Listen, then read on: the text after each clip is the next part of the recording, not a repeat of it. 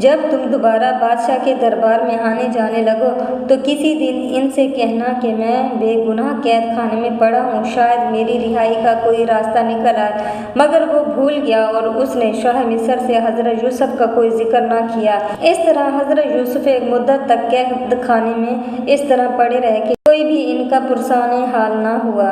ایک دن حسب معمول بادشاہ نے دربار لگایا، مگر وہ کچھ پریشان سا تھا۔ آخر وہ اپنے حواریوں سے کہنے لگا، میں نے ایک عجیب خواب دیکھا ہے اور سخت پریشان ہوں۔ میں نے دیکھا ہے کہ 7 کمزور سی گائیں 7 موٹی تازی گایوں کو کھا رہی ہیں۔ ایک طرف گندم کے ساتھ ہرے بھرے گوشے ہیں، جبکہ دوسری طرف اتنے ہی سوکھے ہوئے ہیں۔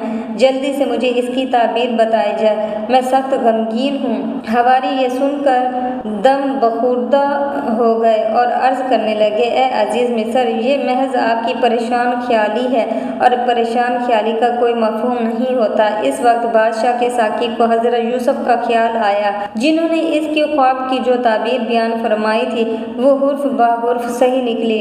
وہ فوراً بول اٹھا، اے عزیز مصر، میں اس خواب کی تعبیر بتا سکتا ہوں۔ بادشاہ بولا، تم کیسے تعبیر بتاؤ گے جبکہ بڑے بڑے دانشور لا علمی کا اظہار کر رہے ہیں؟ ساقی نے عرض کیا، اے عزیز مصر، دراصل قید خانے میں ایک نوجوان قید ہے، وہ بڑا نیک اور شریف ہے، وہ خواب کی تعبیریں جانتا ہے، میں اس کے پاس جاؤں گا اور اس سے پوچھ کر آپ کو بتاؤں گا۔ ساقی قید خانے میں حضرت یوسف کے پاس آیا اور کہنے لگا، اے یوسف، اے نیک آدمی، اے ہمارے اچھے بھائی، ہمارے بادشاہ نے بھی ایک عجیب و غریب خواب دیکھا ہے، ذرا اس کی تعبیر بھی بتا دو۔ آپ نے فرمایا، کہو کیا خواب دیکھا ہے؟ بادشاہ نے۔ ساقی بولا، بادشاہ نے دیکھا ہے کہ 7 کمزور گائیں 7 موٹی تازی گایوں کو کھا رہی ہیں اور گندم کے ساتھ ہرے بھرے گوشوں کے ساتھ 7 سوکھے ہوئے گوشے رکھے ہیں، اس کی تعبیر کیا ہے؟ آپ نے فوراً فرمایا، بات یہ ہے کہ 7 سال تک تمہارے ہاں خوب اجناس ہوگی اور پھر 7 سال مصر میں شدید خشک سالی آئے گی اور قحط پڑ جائے گا۔ یہ خشک سالی 7 سال جاری رہے گی، چنانچہ پہلے 7 سالوں میں تمہیں چاہیے کہ زیادہ سے زیادہ گندم کاشت کریں اور جب فصل پک جائے تو گندم سنبھال کر رکھ لیں اور احتیاط سے تھوڑا تھوڑا کھائیں۔ جب خشک سالی کے دن شروع ہو تو جمع شدہ گندم کو استعمال میں لائیں۔ اس کے بعد خشک سالی ختم ہو جائے گی اور حسب معمول بارشیں ہوں گی اور لوگ خوب غلہ پیدا کریں گے۔ بادشاہ یہ تعبیر سن کر بڑا حیران ہوا کہ یوسف کس طرح یہ معلومات رکھتا ہے۔ اس نے نوکر کو بھیجا کہ یوسف کو بلا لائے، مگر حضرت یوسف نے اپنے اوپر لگائے گئے الزام کے فیصلے سے قبل قید خانے سے نکلنے سے انکار کر دیا اور فرمایا، جاؤ شاہ مصر سے کہہ دو کہ پہلے عورتوں کی طرف سے مجھ پر لگائے گئے الزام کا فیصلہ کیجیے تاکہ معلوم ہو کہ میں کسی جرم سے اتنے برس قید رہا ہوں۔ دیکھو، بادشاہ سے یہ بھی کہہ دینا کہ میں یہ فیصلہ اس لیے نہیں چاہ رہا ہوں کہ میری تعریف و ستائش ہو، بلکہ اس لیے کہ شاہ مصر کو معلوم ہو جائے کہ میں نے اپنے محسن شاہ مصر سے کسی قسم کی کوئی خیانت نہیں کی۔ شاہ مصر نے عورتوں کو حاضر کیا اور تمام واقعہ سچ سچ پوچھا۔ سب عورتوں خصوصاً ملکہ زلیخا نے اپنی غلطی کا اعتراف کیا اور گواہی دی کہ یوسف بالکل بے خطا ہے، ہم نے دھوکے سے اس کو قید کرایا تھا۔ شاہ مصر نے عورتوں کو لعن طعن کی اور حضرت یوسف کو باعزت طور پر قید خانے سے آزاد کیا، بلکہ انہیں مصر کے خزانے کا نظام ان کے حوالے کر دیا تاکہ وہ اپنی مرضی کے مطابق جس طرح چاہیں استعمال کریں۔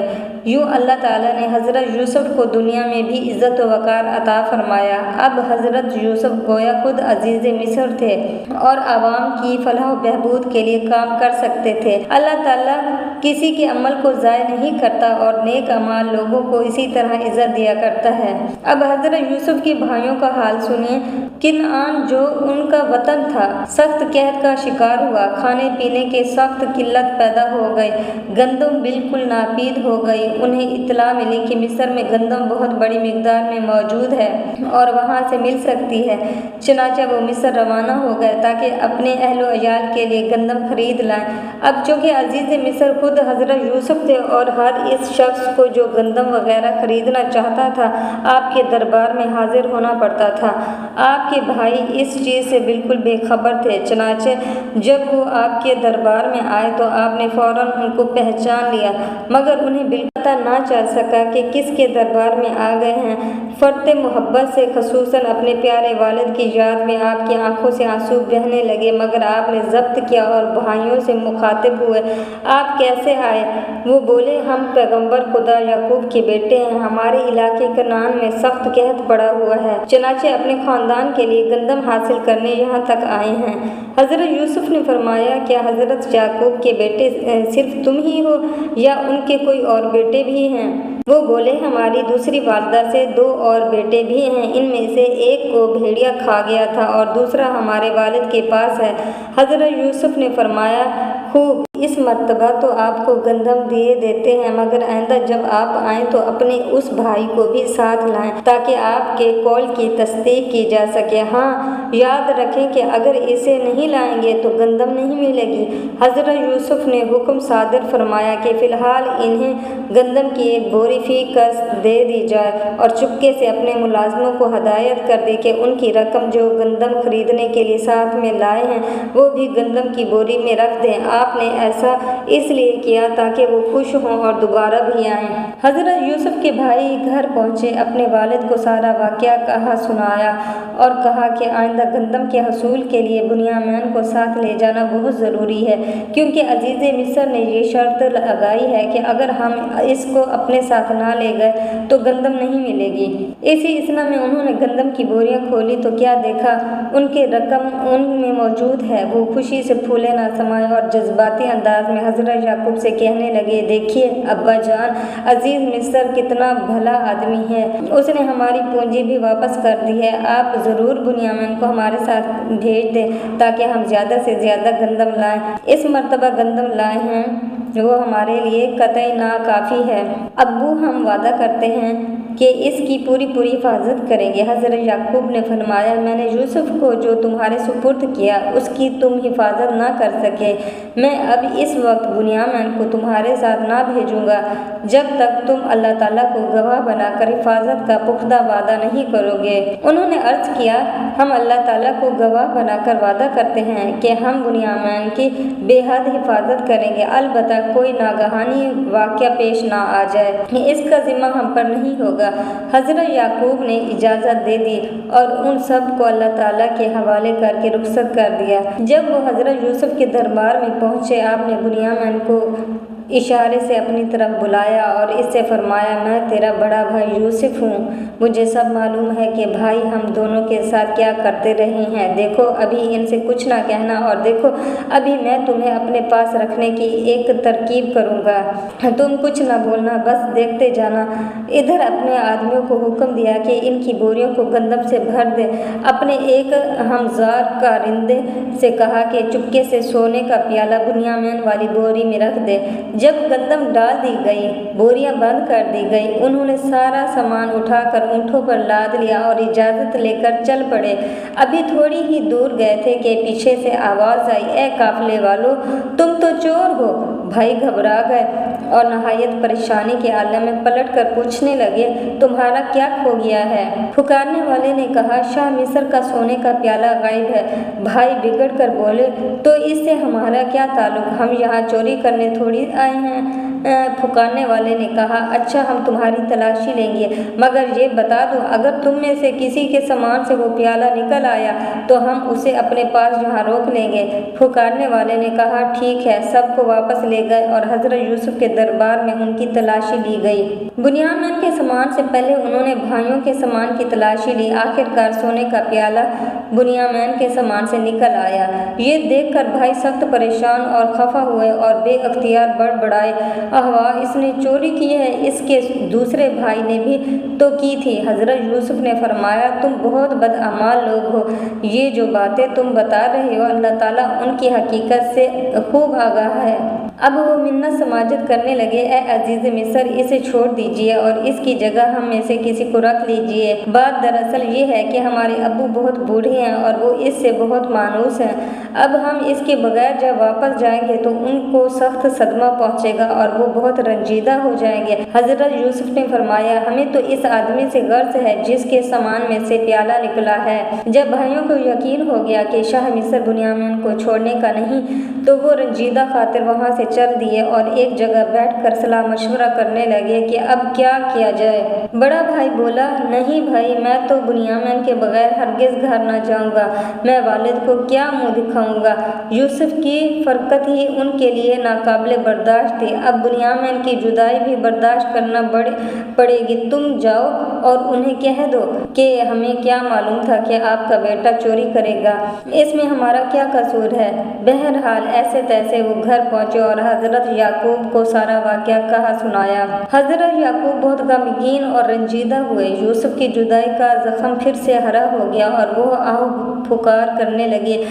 شب و روز وہ دونوں بیٹوں کی یاد میں تڑپتے اور روتے، اس طرح روتے روتے ان کی بینائی جاتی رہی۔ تمام گھر والوں نے انہیں تسلی دی کہ اس طرح وہ غم سے نڈھال ہو جائیں گے اور صحت خراب ہو جائے گی، مگر وہ فرماتے میں کیا کروں، کیسے صبر کروں، میں اپنے اللہ تعالیٰ کی بارگاہ میں فریاد کرتا ہوں۔ آخر ایک دن حضرت یعقوب نے بیٹوں کو بلایا اور فرمایا جاؤ پھر مصر جاؤ، شاید بنیامین اور یوسف کا کوئی پتہ چلے۔ انہیں گندم کی بھی ضرورت تھی، چنانچہ وہ مصر روانہ ہو گئے۔ دربار میں پہنچ کر انہوں نے بڑی عاجزی سے فریاد کی اے عزیز مصر، ہمارے حالات بہت بگڑ گئے ہیں، ہمیں اور ہمارے گھر والوں کو غربت اور بیچارگی نے گھیر رکھا ہے، ہم بہت ہی معمولی رقم لے کر آئے ہیں، ہمیں گزارے کے لیے گندم دے دیں، آپ کی بڑی مہربانی ہوگی، ہم نے آپ کو بڑا نیک اور مہربان پایا ہے۔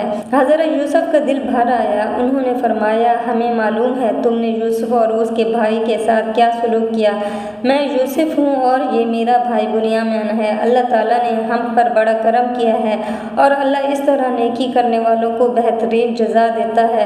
بھائی سخت شرمندہ ہوئے اور کہنے لگے بے شک ہم غلط تھے اور آپ صحیح، اسی لیے آپ کو اللہ تعالیٰ نے یہ عزت بخشی ہے۔ حضرت یوسف نے فرمایا آج سب گلے شکوے دور ہو گئے اور تمہارے ذمہ کچھ نہیں، یہ لو میری قمیض والد کے لیے لے جاؤ تاکہ ان کی آنکھیں روشن ہو جائیں، اب تم سب کے سب ساز و سامان اور اہل و عیال سمیت یہیں میرے پاس مصر میں آ جاؤ اور یہیں رہو اور کنعان کو خیر بات کہہ دو۔ بھائی خوشی خوشی مصر سے کنعان کی طرف روانہ ہوئے۔ ابھی قافلہ کنعان سے کچھ دور ہی تھا کہ حضرت یعقوب نے اپنے گھر والوں سے فرمایا اگر تم میری بات کا تمسخر نہ اڑاؤ تو ایک بات کہوں؟ انہوں نے کہا فرمائیے۔ آپ نے فرمایا مجھے یوسف کی خوشبو آ رہی ہے۔ وہ کہنے لگے آپ کو ابھی تک پرانی بات یاد ہے، یوسف کہاں، ایک زمانہ ہو گیا اسے بھیڑیے کھا گئے، اب یوسف کہاں؟ اتنے میں ان کے بیٹے حضرت یوسف کی قمیض لیے اندر داخل ہوئے اور خوشی سے وہ قمیض آپ کے حوالے کی اور بتایا کہ یوسف مل گئے۔ یعقوب اس بات سے بہت خوش ہوئے اور ان کی بینائی لوٹ آئی، خوشی سے سارا واقعہ سنا دیا۔ حضرت یعقوب خوشی سے نہال ہو گیا اور فرمانے لگا میں نہ کہتا تھا کہ اللہ تعالیٰ نے مجھے وہ باتیں بتا رکھی تھی جن سے تم بے خبر تھے، مجھے معلوم تھا کہ یوسف زندہ ہے مگر تم مانتے ہی نہ تھے۔ جب بیٹوں نے اپنا راز افشا ہوتے دیکھا تو باپ کے پاؤں پڑ گئے کہ ابا جان ہمیں معاف کر دیجیے، ہم نے آپ کے ساتھ اور یوسف کے ساتھ بڑی زیادتی کی، آپ اللہ تعالیٰ سے بھی ہماری بخشش کی دعا فرمائیے۔ حضرت یعقوب نے انہیں معاف کر دیا اور فرمایا میں ان قریب تمہاری بخشش کی دعا مانگوں گا، وہ یقیناً بڑا معاف کرنے والا ہے۔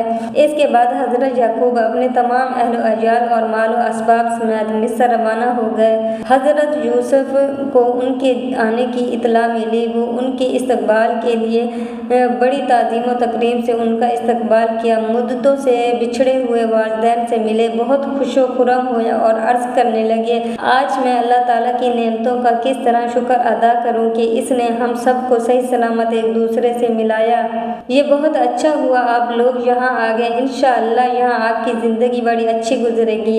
حضرت یوسف ان کو اپنے خاص محل میں لے گئے، اپنے والدین کو ایک اونچے تخت پر بٹھایا اور بھائی ان کے دائیں بائیں بیٹھ گئے۔ حضرت یوسف نے اپنے والد گرامی سے عرض کیا ابا جان یہ اسی خواب کی تعبیر ہے جو میں نے دیکھا تھا، اللہ تعالیٰ نے وہ خواب سچ کر دکھایا، بے شک اللہ تعالیٰ ہر چیز پر قادر اور مہربان ہے۔